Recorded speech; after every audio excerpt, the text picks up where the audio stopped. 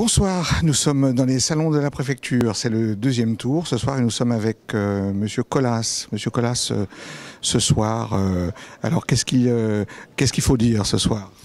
Je suis un peu déçu des résultats, bien évidemment. Alors, je m'y attendais un petit peu. Je suis surtout déçu pour les Auvergnats et les Rhône-Alpins qui vont pâtir de la politique de M. Wauquiez pendant 6 ans.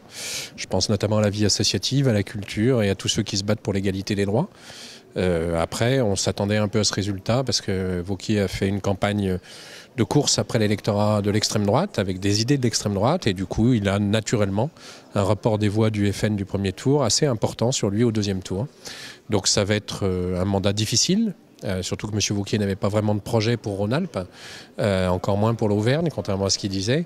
Son projet, c'est plutôt la métropole de Lyon, voire une élection bien plus importante nationale. Donc on va s'opposer à lui avec beaucoup d'énergie et beaucoup de fermeté pour essayer de sauvegarder un certain nombre de choses. Vous êtes déjà ce soir dans la position de l'opposant ferme qui va être là sur tous les dossiers? Des idées que j'ai entendues de M. Wauquiez, notamment dans les débats que nous avons fait ensemble à la télévision ou à la radio, oui. Je pense que je vais m'opposer à beaucoup de choses et il va avoir beaucoup de mal à faire un certain nombre de choses parce que je vais veiller au grain le plus possible. Oui. Est-ce que dans votre campagne, est-ce qu'il y a eu des choses que vous regrettez? Vous savez, après coup, on analyse, on voit mieux les choses. Est-ce qu'il y a des choses que vous regrettez, des choses que vous auriez dû faire plus? Je ne sais pas. Est-ce que cette campagne, elle s'est bien déroulée pour vous? Alors je pense qu'on aura une analyse critique, après c'est peut-être un peu tôt pour la faire, je pense que non, on n'a pas tout réussi bien évidemment.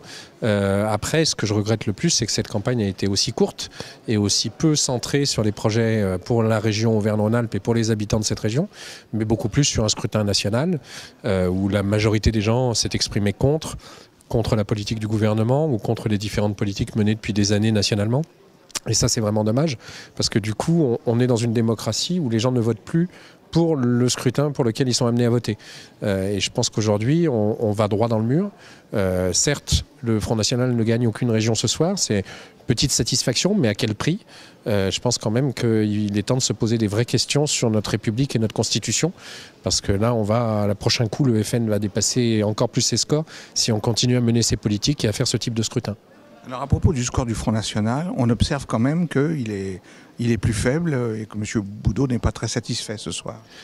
C'était un peu ce qu'on attendait, c'est-à-dire que les gens votent contre et pour voter contre le gouvernement, ils votent pour celui qui a le plus de chances de gagner au deuxième tour, d'autant plus qu'il a fait une campagne de séduction par rapport à eux.